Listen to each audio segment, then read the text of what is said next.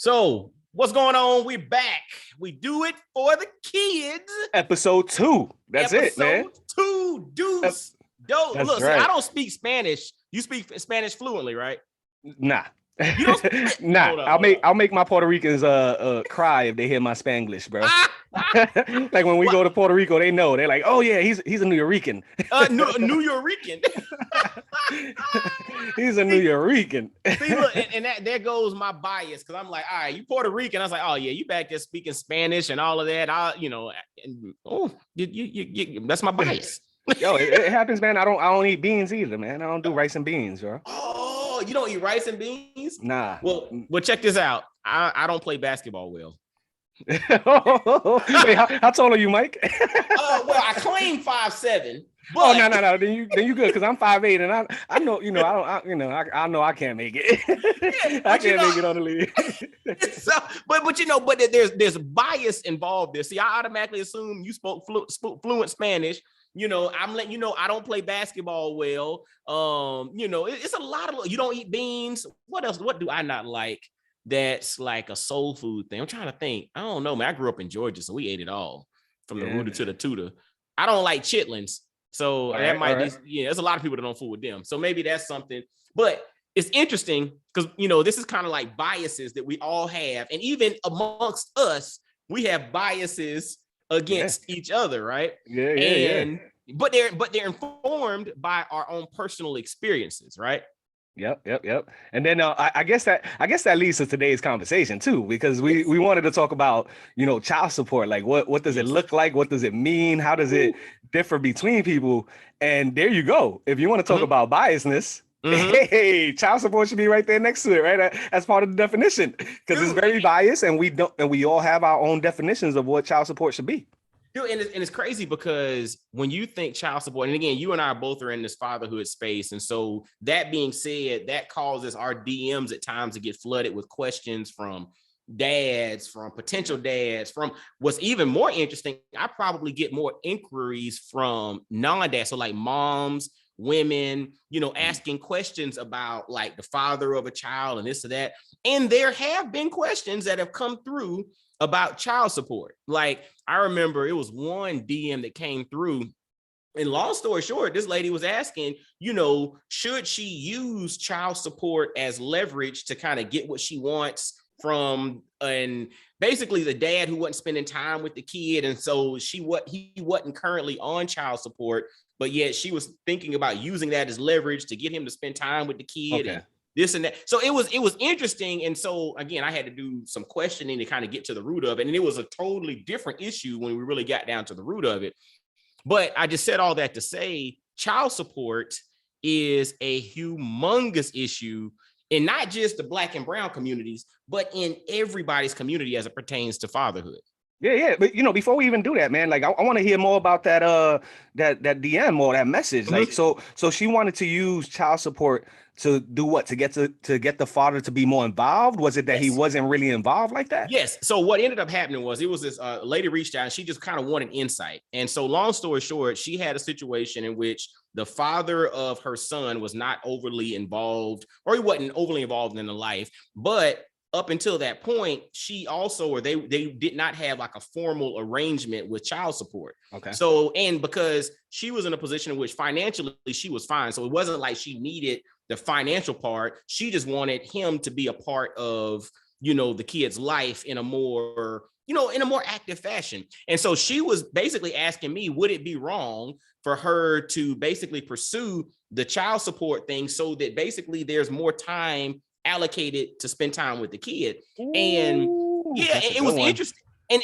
then the thing is, but then she also mentioned in there, she was like, if he were to just spend more time with the kid, I wouldn't care about the child support. So it's not about the money. It's more so about, I want him presence. I want, fatherhood is lit, presence over presence.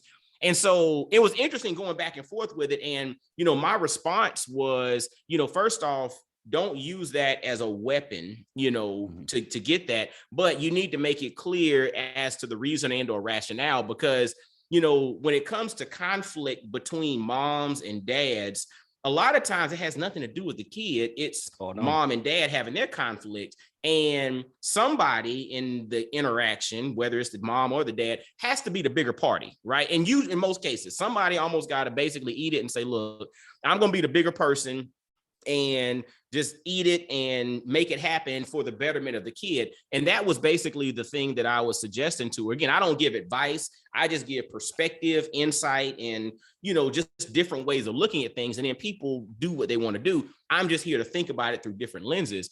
And I was just like, you know, basically making it clear that it's not about you and him, it's about the kid. And you want to create an environment in which your kid has the optimal scenario to thrive. That's what this thing is all about. So whatever that means, you all together need to do that because you want your kid to be their best, and they become their best in when it comes to environmental factors, especially if there's, you know, maybe mom and dad aren't in the same house. You want to do what you have to do to create an environment in which they can potentially thrive, and creating more conflict between mom and dad does not result in that.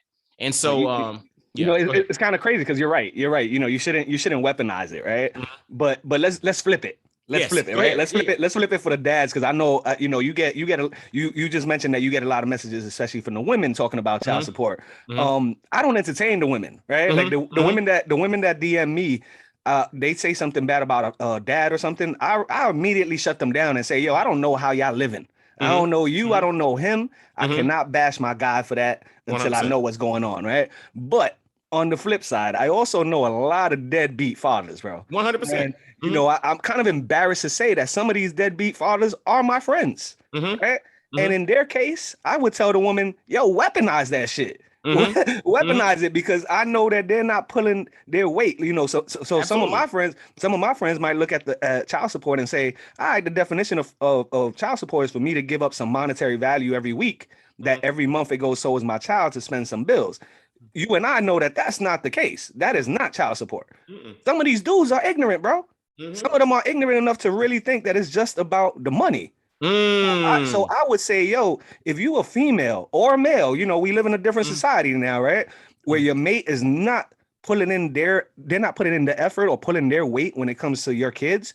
Yo, weaponize that shit. Use what you can to get your money. Because I know fathers that they got custody of their kids, and, you know, society will look at the fathers and say, yo, you don't need a woman to take care of your kids. Yo, that's bullshit. That's bullshit, yo. Private school costs a lot of money. You know what I mean? All these sports that we do, all the sneakers, all of that costs a lot of money. So I would tell a father, yo, if a chick is not paying her child support or not even seeing the child, weaponize it. Because you need the help, bro. You need the help, because if you don't have the help, how can you offer your kid the world? It's almost impossible, bro. It's almost impossible. You hit the nail. And what's so interesting about it is it comes back to, okay, you know, the tagline of Fatherhood is Lit is presence over presence. Exactly. Right? Yeah, exactly. The tagline to Black fathers now is bringing the village to the brothers, right?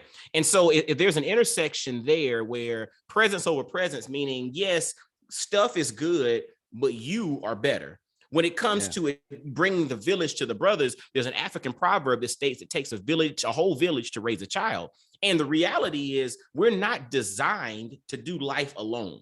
Right. Exactly. That's why if you look at studies, they'll show like one of the worst things you can do for an individual is to put them into isolation. That's why in prison, going to the hole or going to solitary confinement is a punishment while you're already incarcerated, because they know separation from other people is something that is deemed to be, you know, negative, derogatory, or punishment.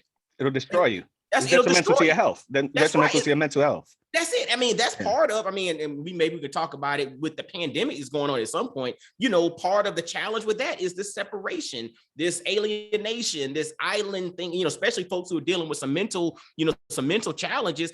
Isolating somebody even more is just like, yo, it's like pushing somebody over the ledge, which is, you know, not a good thing. So I said that to say, when it comes to raising kids, it's no different. We need the village. We need presence. But at times, because we do live in this society, we need the presence as well, the physical, monetary presence as well. We need it all. It's not one or the other. It's not either or. It's and. Yeah. And then, you know, in the case of child support, like, you can flip it. right? Because I grew up in a 2-family household, right? Where I had my dad, I had my mom. My dad still paid child support. It was a measly child support. I think he paid like $25 a month. I mean, a week, which would total, $100 a month, right? But he did that every single year that I was being raised, just to have the paperwork, to be able to say, yeah, if you guys think that I don't take care of my child because it was a misconception, right? In the hood, I do pay child support. But what he gave me more wasn't the $100. The $100 didn't do nothing. What I really needed was his time, and he gave me that.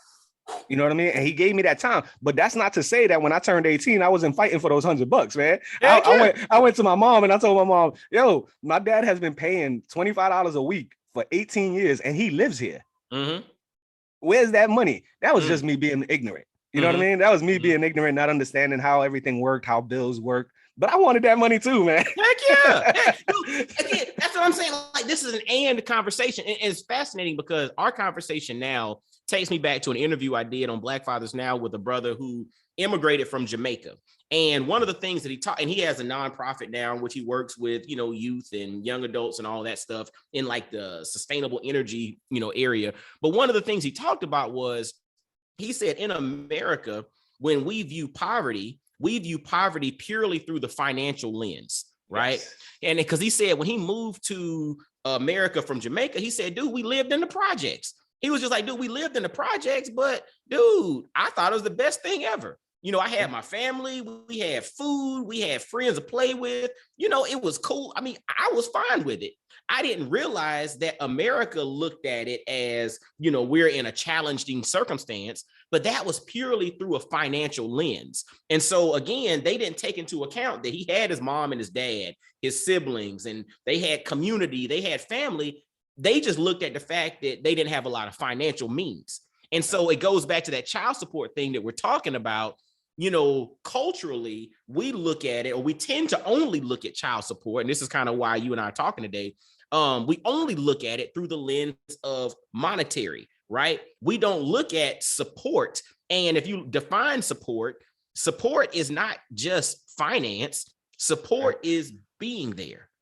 Yep. And that's why I was saying earlier, like, in the case of your message, when the female reached out to get the dad involved, it's almost like it sucks that we have to stoop that low, right? But just on the flip side, if I'm with my ex-wife and she doesn't watch my child, or she never wants to spend time with my child, I might throw her on some child support too. I might not need the money. I might be one of those dads that says, hey, the minimum possible, just give me that and I'll give it to my son or whatever. But if I have to force her hand to be part of my child's life, then so be it, because it benefits my child. Now, there are some caveats, right? There are some mates that we just don't want part of our kids' lives. And that's okay. That all depends on who you are as a father or who you are as a person, right? Because there are, like, I would look at certain people and I would say, well, that person definitely doesn't want child support from his wife because his wife is a piece of crap. Yeah, you know what I mean? And maybe they want him away from the child. You know what I'm saying? But yeah, it all comes in different ways. And I think, to me, like, even though I live with my kids, I don't pay child support. I'm fully married. We co-parenting because we live together, right? And we're married. My child support comes different. It isn't in the money. It's in the things that you say. Like, when I take my son to do the sneaker shows, that's child support, man. Because I'm giving them lessons. You know what I mean? Like, I'm giving them lessons that money cannot buy. He will not know how to negotiate by just throwing money at it. He will not learn how to buy sneakers just by throwing money. Yes, we got to use the money to buy the sneakers. But how does he know how to use that? How does he know how to use credit? All of that stuff is part of child support, man. Child support to me is more about the lessons that we bring to the kids. So once again, going back to the earlier conversation, if a female or a male needs the other mate because they are valuable people, they just don't get along. If you got to force their hand, then you got to force their hand, man. Dude, it's funny, as you're talking, I just pulled up the actual definition of support, right? And one definition is to bear all or part of the weight of, to hold up. Another definition is to give assistance to, right? Yeah. Or to enable, to function, or to act. Like, I mean, first definition. Yeah. To bear all or part of the weight of, to hold up. And so when we stop and we think about child support, again, this is where we have to, people talk about unlearn and relearn, or kind of, you have to reframe how things are done. We are a function of our experiences, right? And a lot of times we're a function of our environments. I grew up in Augusta, Georgia. You grew up in New York City. We're cool, we're brothers, we do this, but we have very different environments that we grew up in. You know what I'm saying? Yeah. And that shapes how we view things. And so when it comes to support, and we hear the word child support, 99% of the time in our mind, we're thinking financial. But you being a married father, me being a married father, child support for us is totally different. It's more the actual definition of support in which we're bearing part of the weight. We're helping to hold up. We're helping to, support something that's there, but we're doing so more than just in the realm of finance. But we're showing up to teacher parent conferences. We're going to games. We're embarrassing our daughter at, when she's cheerleading. And like, you're being that dad. I get a kick. Look, I am that dad. Man, I get a kick out of that joint too. And she gets so mad at me, she's frowning. But the funny thing is, every other parent turns around and looks at me and kind of gives me the wink because they know what I'm doing, because they do the same thing. You know what I'm saying? And but that's it's respected. It's expected. Not expected, respected. It's respected. Ooh, so now the people at the game, they don't just expect you to be there. They respect that you're there. That's because right. It's one of those things that when I was coaching, I used to tell this to people all the time, and I used to get a lot of flack for this, man. Like, my DMs used to get crazy, and I used to tell people, man, I don't understand how y'all sign your kids up for sports and then don't show up to the game. Ooh. And they used to be like, yo, what the hell's wrong with you? Like, I'm here, I'm working, overtime, I'm paying for my child to be there. And I remember one day I wrote to him, man, like, no shots to the Android fans. I know you're an Android fan. Yeah, I am. But my friend hit me up and he goes, yo, my son hit a home run in a baseball game. And my wife sent me a video and it's all grainy. And I go, oh, she got an Android, right? Because that's what they, that was the joke, right? The running joke. And he goes, yeah. And I go, imagine if you had been there. Like, there's just certain things that you can't replay, even through video. Even if the video was perfect, that feeling of seeing your child hit their first home run or hitting the game-winning shot, or for your daughter seeing her do her cheer to perfection, a video does not substitute you being there. Dude, you know what I mean? And that feels good. That feels good. And they used to hate me. They'll be like, yo, how you gonna tell me I gotta show up to these things? Yo, if you pay for it, show up, man. If you show up to your child when they are the featured presentation, oh my goodness, the change that you cause, man, without even trying. That is so dope, man. Dude, you're also hitting on something. And, it's like when you think back to life growing up, rarely do you remember stuff, right? Like, you can't remember. You might have like a memory of a bike or something major, but that time you got that toy or that pair of shoes or that whatever, you don't remember all of that. But what you do remember, how when you fell off of that bike, how your mom picked you up, or how when you fell off of that so-and-so, your dad was there to let you know that everything's going to be all right. Like, it's like you remember the experiences. And what's interesting about experiences and memory is like these things get embedded into your subconscious, right? And we might not be able to consciously pull up, hey, this is what happened, but over time, something can trigger it. It's like when you're riding down the street and some light comes by you, you're just like, yo, it's like nostalgia. You go back to that moment when you were 6 and that thing happened, but that was formulated from that experience with your parent or with your kid or with your child. And so, and again, I understand dynamics, right? People do have to work. I understand that, the different things in place. So I'm not, putting anybody down if they can't show up. My whole thing is when you have the opportunity to show up, be man. There. That's show it. Show up, man. That was my whole thing. My whole fight with my friend about the story I just said was you didn't go because you overslept. Not because you couldn't go. It's because you overslept. Now, if your job told you show up to work at 5 a.m, you're not gonna oversleep. So why would you oversleep on your child, but not your job? Woo, priorities. Priorities, man. And it's like, yo, we can make that money up. Chances of you seeing your child hit their first home run again, 0. 0. You know what I mean? Like, I remember when I watched my oldest, I was coaching his team and we had the game was tied. We had like less than 5 seconds left, man. And I did not expect this because we had 2 other star players on our team. They passed the ball to my son. I'm over here screaming, I'm the coach. So I'm like, yo, dribble the ball, set up a play, blah, blah, blah, blah, blah. He shot up the ball, shot a off the bank, off the backboard, jumper, went straight in. Bro, I was so happy. I didn't even think about the recording. After the game, people came up to me. They're like, yo, your son won the game. I was on cloud 9. I wish I would have had that moment recorded, but I still have the memories. Ooh. And that's actually all right. You know what I mean? I hope I never forget that, bro. Like, I know when we get older, a lot of people deal with like dementia and all these things. I pray to God I don't forget some of those memories, man, because those memories are the most fulfilling things I got. You know what I mean? And it was pretty dope to watch him do that. To me, that was, I was supporting my child, but supporting my child was something phenomenal, bro. Like now he wants to go do it again. I'm never going to get that game-winning shot again for the first time, but I might get it the second, the third, the fourth. I'm going to show up, man. I'm going to show up. If he's the feature presentation, I'm in there. Man, I'm in there. You said something, and it's so powerful because like 3 days ago, I was talking to my mom, and I was telling her, I was like, we have a lot of good memories of this experience and that experience. And my mom, we have a lot of pictures. So like you go to our house, this is back in the, from back in the day, picture albums. Yeah. Like you go in there, the living room is picture albums, and here it's just like you open up.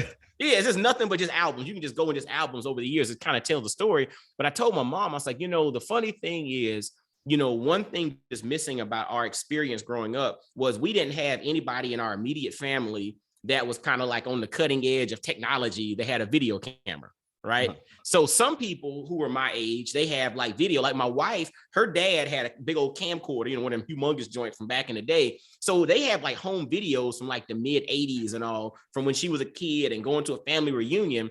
And I was just like, we don't have any video footage of us probably from about the early 90s on back. We don't have any, probably mid 90s on back. We don't have any, like hardly any video footage, right? Unless somebody's listening to this and you know us and you got some, I'd love to have a copy of it. But the reality is we don't. And so to your point, what we have to live on are the memories of the actual experiences, right? Yeah. And I think flipping it to now, it's the polar opposite where, you and I go to concerts or we'll go to events, and the whole time that people are there, they're not experiencing it. Their phone's in the air. They're recording the whole joint, right? Yeah, or they're posting mid performance. And it's cool because I've been guilty of that as well. But part of that is you're doing so much of that you don't enjoy the moment, right? Yeah. So it's like, what memory do you have, versus what I can now go and look back on and recall is not going to be there because you don't have that the sounds, the smells,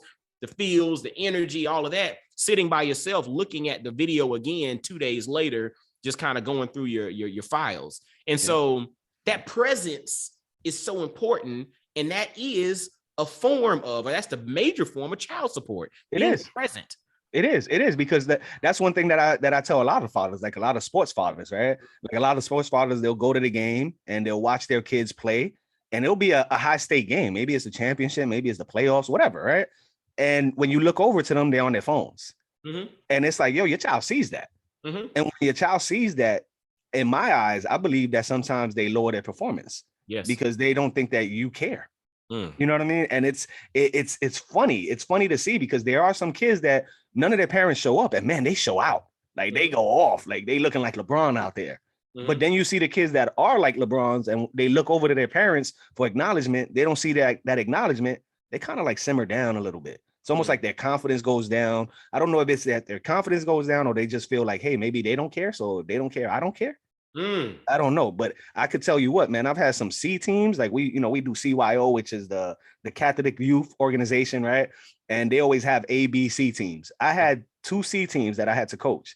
And these are kids that when you throw the basketball, it hits them on the head. You know what I mean? They just learning how to play. Yeah, absolutely. Let me tell you, every year we would go to the championship. And the reason we would go to the championship was because all the parents were involved. They would be there screaming for their kids getting hit in the head with the basketball. You know what I mean? And now every time the parents were there, the kids increased their skills, man. Like they wanted to do more. They wanted to win. Now they started saying, Coach James, can we practice next week? Can we do practice a little bit longer? Can we do this for practice? All because they know their parents are watching. Since they're watching, they want to perform. You know what I mean? And that feels good. That's a form of child support, man. Dude, I forgot. I think it's Maya Angelou who said that people don't care how much you know until they first understand how much you care. Yeah.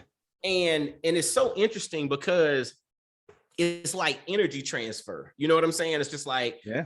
you can feel when it's like when you're having a conversation, you can feel when somebody's tuned out, right? Yep. Like Yep. you can feel it, 100%. whether you're looking at them or not. You can feel like, yeah, they're not feeling this, right? They're not Yep. into it. They're down. They're doing something else. They're occupied.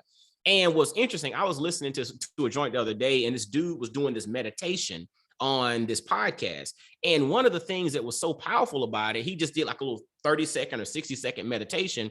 And what it was all about was engaging all 5 of your senses in the present moment. That was what it was about. It was the touch, the taste, the feel, the smell, and the sound. It was all of that engaging in this moment. If you can do that in this present moment, that's when you can start to meditate, right?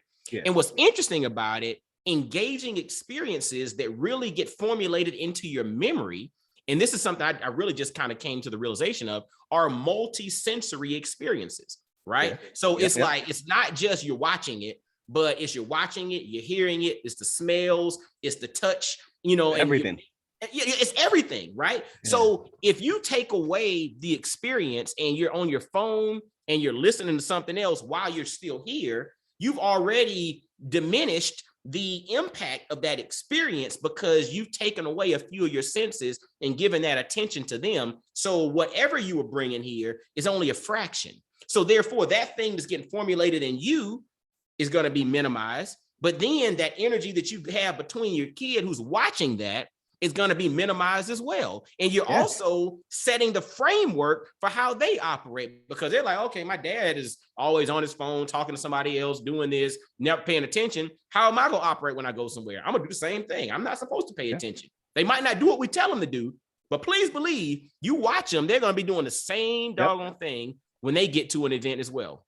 And they know when you're tuned out, you know what I mean? Mm-hmm. It's almost like, and another thing is like kids, we already covered this. Kids love to show off for their parents, right? Mm-hmm. Or for other, or especially, since we males and we fathers, let's keep it real, man. They like to show off for dads. Ooh, and the reason I could say that is because all you got to do is go to your kid's school, bring your dad to school day or read to an adult day. How many dads actually show up? Now there's a lot of dads, right? But they show up to bring your dads to school day, which is a phenomenal thing for dads to show up to, right? But what about read along day, right? When I show up to like a read along day, which is not specifically made for a dad, it's just for whoever wants to come. All the kids want to read to me. All the moms are there. The moms are like second class citizens when the dads are in the building, man. And that's the truth. Like I'm in there and there'll be like 2 dads. All the kids are trying to read to the dads. All the kids are trying to show the dads their science experiments or whatever they did. It's because they don't see us. And when they see us, it triggers them where it's like, yo, I want to show off to a dad, yo. Like it's something weird. I don't know how to explain it, but I know when I'm there with my son, I got to fight to just do things with him because all his friends are like, Mr. Lopez, look at this. Jordan's dad, Jaden's dad. Everybody's called the dad, right? Oh, yeah. So, I'm Morgan's dad and Maxwell's dad. All day long. And in your head, you're like, man, I'm Morgan's dad, man. Like, give me a break. but they don't have their dad there. Ooh. And they want to show off to a dad. That thing is phenomenal, bro. Like it's insane. I don't know why that happens, but it does. So I love going to these events where there's only 2 of us, and now I got to fight 30 kids, man. but you know what's powerful though, man? It that is impactful to your kids as well, right? Because they love when I come and I'm doing something, because then it's like, you're the cool dad. It's like, oh, my dad's the coolest, right? Yeah, because he's playing with everybody else's, he's playing with everybody else and everybody else wants to spend time with him as well. And so again, that's a level of child support that we don't even realize by supporting other people, because supporting other kids or being the neighborhood dad, the classroom dad, the community dad. You're supporting your own children in that, because you're modeling that, for one, is bigger than just us. You know what I'm saying? Because we're all interconnected, like we mentioned before. We're also showing them that, your dad brings more value, because a lot of times it's like, if you were a celebrity, out in the world, you're a celebrity, but you come back home, you just dad. Like, don't nobody, dad, man. They don't realize it. But them seeing you impact others helps them to understand the magnitude of who you are. And that supports them and gives them this insight that, this is bigger than just this thing that I'm doing here. I'm impacting more people, and it teaches them the importance of them growing up to impact more than just themselves or more than just the few people they interact with daily. Yeah, man. And then that's how you pass on your traditions. That's how you pass on your beliefs, your morals. You know what I mean? By showing up to these things. You know what I mean? Where like you said, like it's easy to show up at home, right? And behave correctly at home with your kids. It's a little bit harder to do it at a school, right? Where now you got 30 kids telling you, yo, come be my dad for the day. You know what I mean? And now you gotta teach everybody your morals and your values. It's not just your child. And your child sees you reinforcing that, and they start to believe it even more. You know what I mean? And I think that's one of those byproducts from of child support that nobody talks about. Like if you do those type of things, like showing up to you know, the graduation, that's a big thing. Like you show up to graduation or report card day or read along with the class. You do that over a number of years, kids will fully trust you, man. Like they know that you're about them. You know what I mean? It's not like you're just showing up once in a while to show off to other people. You know what I mean? Like I volunteered to do book fairs, and man, that thing was sad, man. Like, you know, the kids want to read, which is incredible. You know, like we all joke around and we say kids love. Yeah, there you go. You know, I wear my sweater religiously, bro. Like I wear it all the time. Black Fathers Now, right there, representing, right? But you know, I go to this book fair and the kids there, even though they all on devices, they want to buy a book. It's the allure of just buying a book, and parents won't send them with money. And it's like, yo, I get it. But now me as being the dad, I got to come in with a little bit of extra money. You know, I got to buy books for other kids sometimes. And it's like, it's just something that if you show up, there's so many ways for you to apply the different lessons that are instilled in you. And that's a huge form of child support that nobody talks about. We're always stuck on the negative. Yo, how much money are you giving up a month? You know, like now the big thing was, what was that girl, Brittany Renner or whatever her name is with PJ Washington. You know, everybody was like, yo, she just did it for the money. She's going to get a nice check every month. That's cool. She's going to get a check. But what about the kid? Like, will the kid get a father? You know what I mean? Like, no shots to PJ. Hold on. She's getting a check, but will the kid get a father? See, this is a very interesting perspective, because again, when we boil it down again culturally, and this again goes back to that conversation I had with the brother who immigrated from Jamaica. He said, you know, when we talk about and we look at life through the lens of just purely being a financial decision, the challenge is this: we start then thinking that money solves everything, right? It's just like, hey, if you can write a check, you know, even back to the notion of if somebody feels like, well, I can afford to have a kid, so I don't need to be married, or I don't need to have another, you know, the mother or the father in the person's life. I can afford it. We start looking at our kids purely as a financial transaction. And then it goes back to what you just mentioned, which was powerful. But will the kid get a father as well? Because yes, the check is good. There are a lot of kids who grow up with wealth and got money and all of that, but they grow up not knowing how to interact with people because they don't have relationships with their fathers. Or they think that writing a check or buying them all the shoes or buying them cars and sending them on trips and all that kind of stuff, that substitutes for that presence. But the reality is that doesn't. It's child support, again, is more than just a check. Now, yes, we need money to move through life. We understand that. But what's more important, they need the relationships. They need the guidance. They need to know that it's okay. Man, I had this series that I was running for a while called Brothers Learning from Sisters. And this young sister who was, you know, she was a creative and all, she was saying how growing up, when her dad came to her performances, the moment that he walked in the building, she had a sense of peace. She could perform.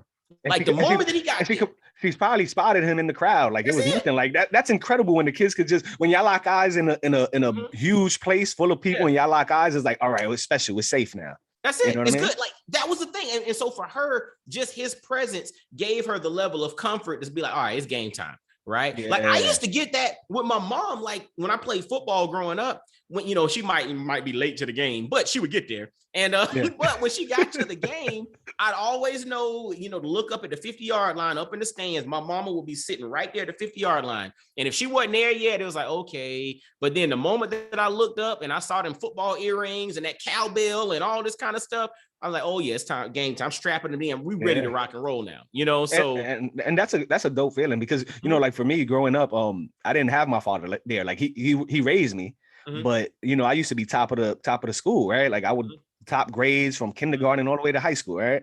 And he would never show up to any of the award ceremonies, graduation, none of that. I always expected my mom. And it could have been very easy for me coming from the hood to say, fuck school. Dad don't care about it. He's making money. So why do I need to go here? And it's crazy because in that form, I wish my dad would have been there, but my mom gave me all the child support that I needed for me to continue my education. But I could have flipped. I kind of went with all my friends and did some negative things, man. And it's kind of sad. And, you know, going back to what we were saying about child support, you know, shout out to Kanye West, man, because right now he's fighting for that. And I think when a lot of people look at Kanye, they're going to say, yo, this dude is crazy, right? He's doing a lot of outlandish things to get back at his wife and all of that. Yo, but what if all those outlandish things are just his means to get to his kids, to have access to his kids, to have a relationship with his kids? Yeah. Then can we fault them? That's it. And the thing is, you cannot, you don't have to agree with the methodology. But then the flip side of that is we have to be mindful of the fact that we also are never privy to the whole story. I heard something the other day. It said, this dude said, I think his name is Myron Golden. He said that no matter how thinly you slice a piece of bread, there are always two sides to that bread.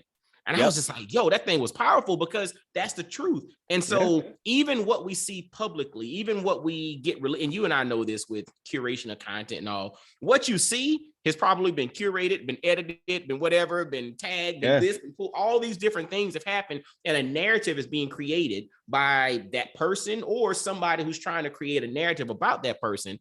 And so you can't take what you see as face value. And so to your point, what if this is just his method to use his tools that he has at his disposal to have access to his kids? Maybe. And like you just said, it might look crazy. Like, the media takes it and blows it up. You know, homeboy bought a house across the street from her house just so he could see the kids and hide in the bushes. Yo, where they live at, you cannot buy a house across the street from their house. It's probably like a quarter mile away from the house, right? Like, so stop flipping it where you're making it seem like this dude is going nuts to watch his kids. And if he is going nuts to watch his kids, then I can't even fault them, bro. I gotta commend them because we know a lot of fellas that do not go that hard for their kids.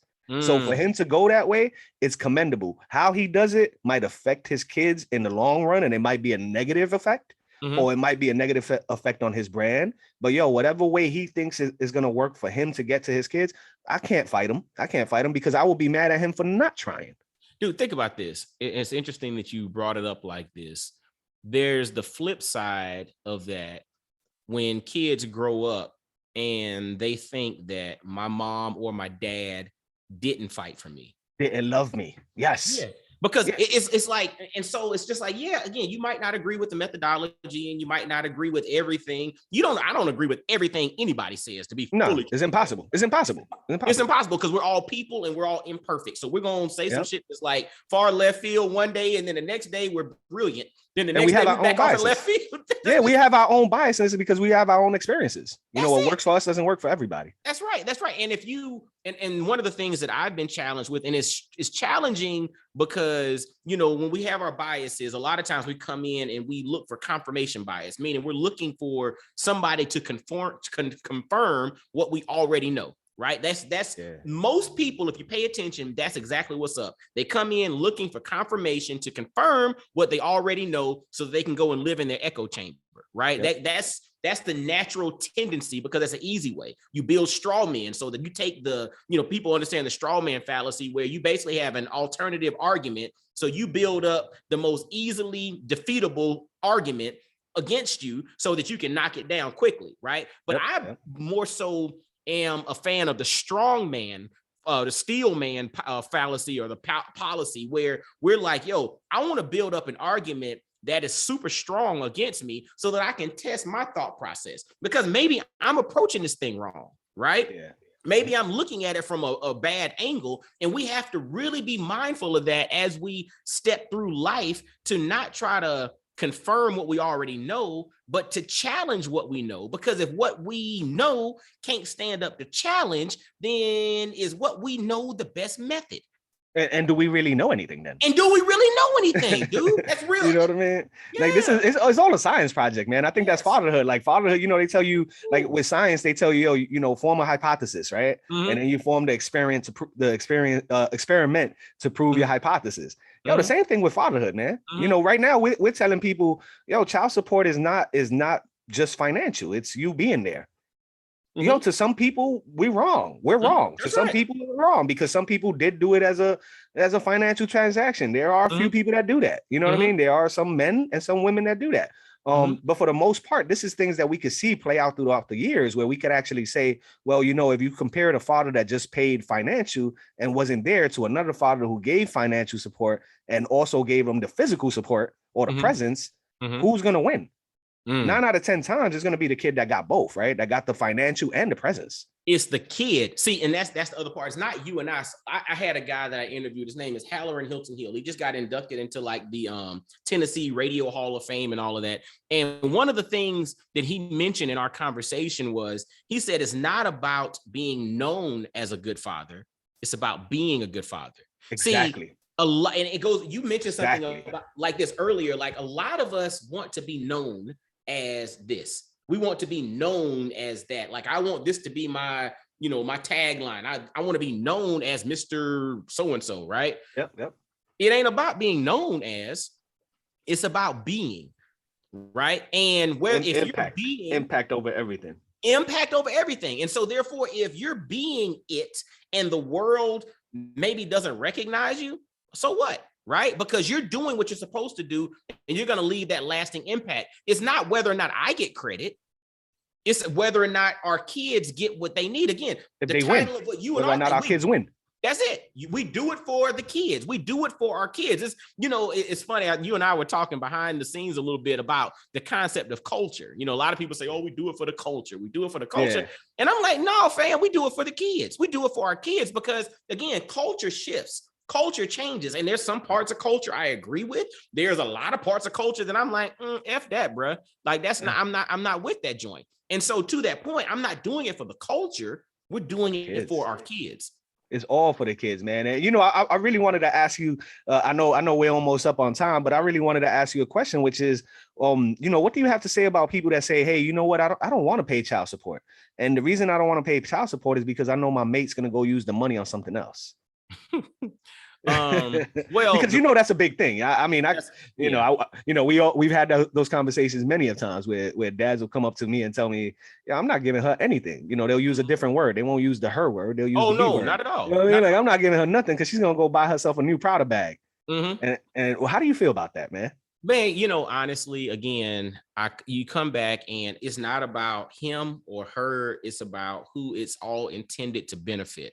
And when we keep the kids at the center of it all, regardless of the actions of her and the actions of him, I think that we can get to a solution that's beneficial. And so for somebody that refuses to pay or refuses to support financially, this is just the financial part of it, refuses to financially support because they think that, mom is doing something, or if it's the other way around, dad is doing something wrong with the money.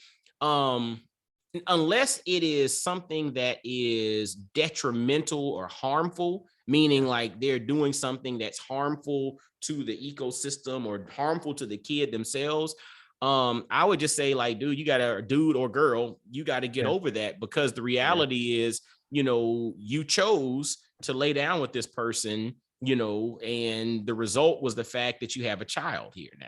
And so we can't get too caught up in the semantics, because they might go buy a Prada bag, but then next month they might go and, pay the private school tuition fee with it. I don't know. Right. And you can't. And once it's kind of like when you and I create content, we're creating this video here, right? This episode 2 of we do it for our kids. We put our stuff out there. We put resources, we put information we can't control how people take what we put out. Right. Yeah. There may be somebody out there that takes a clip of what you and I said, chop it up and put it out there in some other context. We can't control that. Right. Yep. And so when it comes to the release of something, so like if you pay or if you give, once you've given, you can't control what happens after that. That's right. That's right. I mean, I guess until they start using smart contracts and all this kind of, which would be crazy. That's a topic for another day. That's another conversation. That's a tech conversation right there. And I would love to see some blockchain technology added to some child support to make sure that people use the money the right way. But I would piggyback off of your statement, and I would say, yo, how much money is too much for you to see a child? Because if I'm paying 30% of my income, or whatever percentage it is that you got to pay for child support, let's say it's 30%. 30% is nothing for me to have time with my kids, especially if you and the female or the male, whatever it is, especially if y'all don't have a good relationship. If I'm making $100,000 and I got to pay $30,000 a year just to have access to my kid every weekend, so be it. So be it, because the money was going to go to the tax man or somebody anyway. I was going to go spend it on some sneakers or something. So there's never a price too much for my kids. But I do stand with the fathers that do say, hey, man, I know this person. She ain't going to do the right thing with it. They still going to leave my kid in the trenches. How do we solve that? I don't think there is a solution. I think, well, actually, I do have a solution. The solution is if you have access to your child, now you got to go harder. You know what I mean? Where if you know the woman or the male isn't going to do the right thing with the money, then you better make sure that your lessons while you're with your child are super, super hard. You know what I mean? Where now you're giving them even more that the parent could give them than the other parent that they live with. You know what I mean? Like you might have them 2 days, 3 days, but you might be more effective than the parent that has them the whole week. Dude, check this out. You have to be effective, and you have to figure out what's going on. You have to be present enough in the moment to understand what's going on and understanding dynamics, and you need to bring what's necessary. So if you need to balance off some junk, that means you might need to go completely hard. It's kind of like the pendulum swings, right? Yeah. So if there's an environment that's very challenging, you might need to go to complete polar opposite so that they can see the other side of this thing. They can see the polarity of what's going on.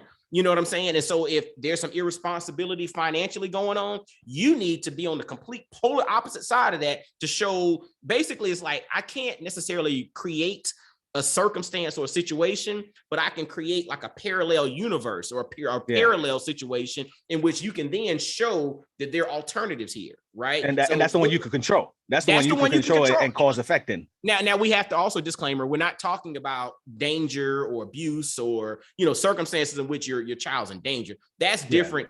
There you go and snatch them out and figure it out later. That's a go to ACS, call the cops, whatever. But this is more about the financial side when you're giving up $1,000 a month and you know that the mate, or you think that the mate might be using the money for other things. And in that regards, to me, it's like, whatever they use it for, let them use it as long as your kids are good. It all comes down to, are your kids are good? If your kids are good, that's the key. They might not get new Jordans with your money, but that's okay. If you really, really, really want your kids to have new Jordans, then you go buy them for them. That's right. Does it suck? Does it suck that you might have to double dip into your funds? Yes, it does suck. But we say it all the time. We do everything for our kids. So why not double dip when it's for our kids? You know what I mean? Like, we got to do it. If we got to do it, we got to do it. And it's not double dipping because that's pretty much staying in house because it's for them and they're part of you. So it's really, and you want the best. That's what I'm saying. You want the best for them. Now, once again, I saw a tweet this morning. Somebody sent me a tweet, and they wanted me to repost it, and it basically said, sooner or later the kids grow up and they figure out who was the bad parent. And to me, it's like, yo, that's the truth.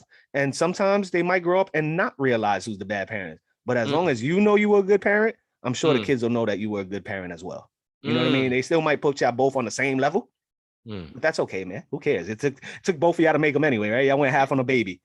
There you go. And again, like we mentioned before, the wisdom of there's always two sides to that slice of bread, right? Yeah, man. And we can get in our echo chamber as well and start thinking about stuff just purely through the dad lens, and it's only us. But we have to pan back and realize, okay, I might have this situation not completely right, and it's okay. We screw up at times, right? Just admit it. Move forward. But at the end of the day, we need to keep the kid at the center of the conversation and realize that support is more than a check. That's it. It's more than that. And I think that's a good wrap up, bro. I think that's it. Like I wanted to say, what are some of the things we could leave fathers with when it comes to child support? And we don't need to leave a lot. We just got to say that, which is, yo, who is it for? right? Who is it for? Is it for your mate or is it for your child? As long as your child is good, who cares, man? Who cares? And child support happens in married nuclear families as well. All day, every day. I am a contributor. I'm a proponent of child support, and I'm married to my wife, and my kids are in the room next door to us. Yep. Same thing here, man. Like that, I agree with you 100%, man. Child support is not about the financial side. It's about what we do, our actions that we take, how we live life for our kids, right? Ooh. And if they win, we won already, man. It don't matter how much it costs you through child support if there's a financial component. For me, hopefully for you and I, we'll never have to pay real child support. No, but financial side of child support. But you know what? On the flip side, real quick, before we call this, when you live at home, your child support is much more than what the government ever charges you, man. Just so you guys know that, man. Man, please just so you guys know. Now that's not a deterrent. That's not a deterrent.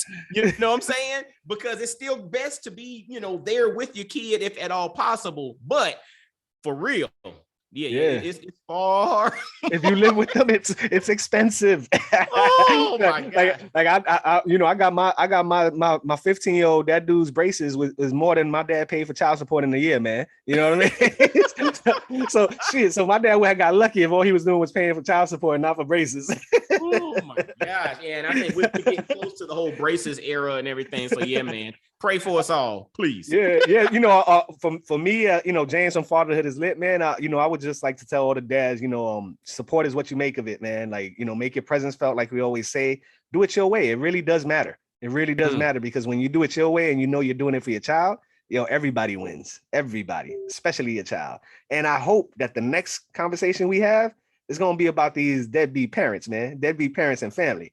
What you think, Mike? Leave them with something dope. And what's going to be the next conversation, bro? Dude, I think honestly, man, we need to talk about deadbeats for sure. Right? And that could be parents. When I talk about it could be friends, it could be cousins, it could be all deadbeats. Anybody. Yeah. And I didn't say dad beats. I said deadbeats, right? And that can be anybody. And that could be friends, that could be family, that could be it could be anybody. So we're going to have us a really in-depth conversation about deadbeats, because again, we talk about energy. Energy is neither lost nor gained, right? Yeah. So if something is dead, transferred, man. What kind of energy is that thing pulling from you? No. So we got to snip the cord on the deadbeats in our lives, because we got to live. We don't know how much longer we got, but while we're here, we're going to live. And, me, Mike D from, from Black Fathers Now, man, I'm always enjoying my time with my man, James from Fatherhood is Lit.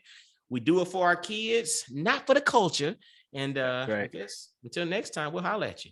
To the next one, man. Make your presence felt. Let's get it. Let's get it. All right, fellas. Yeah. Yes. Yo, that was perfect, dude. That was